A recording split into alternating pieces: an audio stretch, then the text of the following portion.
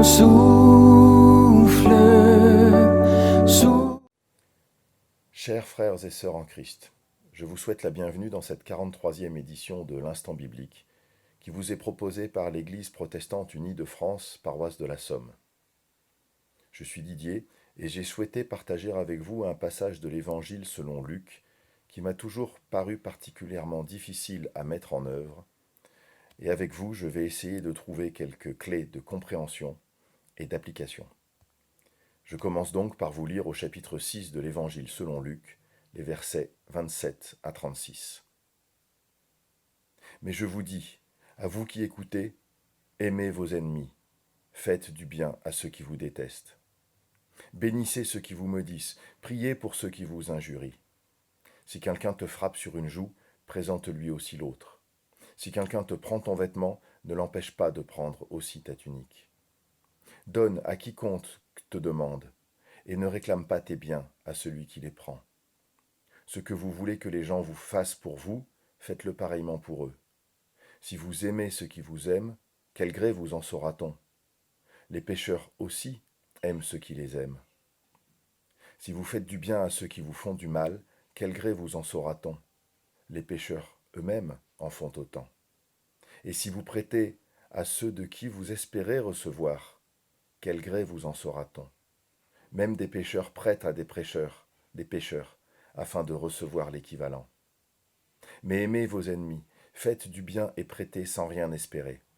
Votre récompense sera grande et vous serez fils du Très-Haut, car il est bon pour les ingrats et pour les mauvais.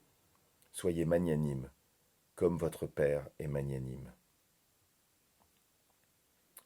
Nous voici, avec ce texte, face à ce qui me paraît être une montagne.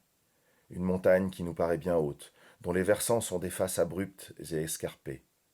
Des faces qui nous paraissent tout simplement impossibles à aborder, impossibles à gravir. Je vais néanmoins vous proposer de partir à l'assaut de cette montagne. Faisons-le ensemble, comme dans une cordée, pour nous assurer les uns les autres et ne jamais risquer de se retrouver seuls dans cette aventure, seuls sur la paroi vertigineuse. Ces montagnes que nous propose de gravir Jésus dans notre lecture du jour sont bien plus hautes et bien plus difficiles que toutes les autres montagnes que nous pourrons rencontrer dans notre vie. Aimez vos ennemis. Bénissez ceux qui vous maudissent. Priez pour ceux qui vous injurient. Comment aimer celui qui nous blesse? Comment aimer celui qui rêve de nous tuer ou de prendre notre place? Comment aimer celui qui viole, celui qui torture, celui qui humilie? Comment aimer celui qui se repaît de notre sang et de nos larmes? Il n'est déjà pas facile de pardonner à celui-là. Ne pas lui en vouloir, ne pas se nourrir de l'envie de vengeance. Pardonner à quelqu'un qui nous veut du mal, qui nous fait ou nous a fait du mal, c'est déjà bien difficile. Alors, l'aimer. Sans doute est-ce possible, si l'on en revient aux fondamentaux, à ce que nous sommes tous, amis comme ennemis, sauveurs comme tueurs, protecteurs comme violeurs. Nous sommes toutes et tous enfants de Dieu. Tous frères et sœurs entre nous et en Christ, et à ce titre, frères et sœurs du Christ. Il y a donc en chacun de nous une part d'humanité qui nous relie. C'est cette part d'humanité que notre lecture nous invite, me semble-t-il, à voir en chacun de nos ennemis. C'est cette part d'humanité qui peut être sauvée par notre amour et par la grâce de la miséricorde de Dieu. Le texte nous le dit bien. Priez pour ceux qui vous injurient. Prier pour ceux qui vous injurient, c'est prier pour que grandisse l'humanité qui est en eux. C'est prier pour que cette humanité devienne plus forte que le mal qui est en eux.